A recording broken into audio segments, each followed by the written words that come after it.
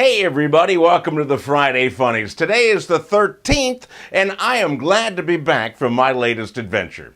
Last week, we took a cruise down the Snake and Columbia rivers following the tracks of Lewis and Clark. Now, if you don't know who Lewis and Clark are, I want you to stop watching right now and Google them. That would be Jerry Lewis and Petula Clark, and then come back. Anyhow, the cruise was aboard a paddle wheel steamship, just like Mark Twain used to pilot, except this one had sonar and radar and diesel engines. The ship carried only 200 passengers, so you got to know your fellow explorers. Little did I know, however, when I booked the trip that the average age of my fellow explorer was approaching triple digits. It was pretty much a floating senior center complete with bingo and pudding. I even met one couple who actually knew Lewis and Clark personally.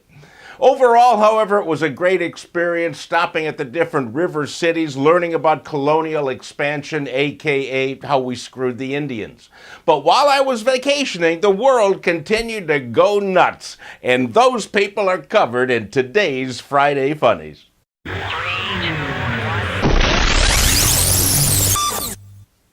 I don't know if the U.S. has imposed tariffs on goods imported from Hong Kong, but they might want to consider one on illegal contraband. This week, Customs and Border Protection officers intercepted 108 counterfeit Super Bowl rings. They said that if the rings sold for $10,000 apiece, the way authorized replicas do, they would have been worth over $1 million. The customs officers could tell right away that the rings were phony by the poor craftsmanship and the fact that they were all for the Cleveland Browns.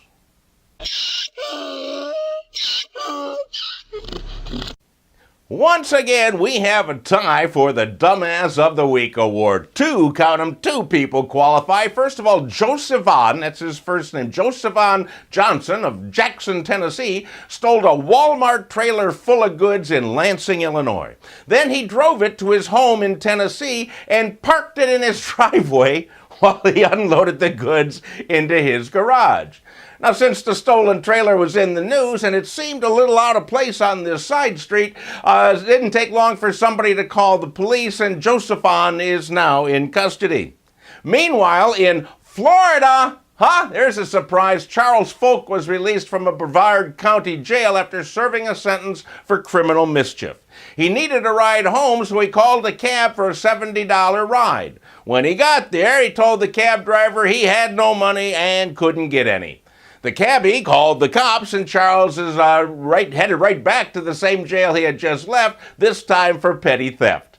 So way to go, Josephan and Charles. You are our Dumbasses of the Week.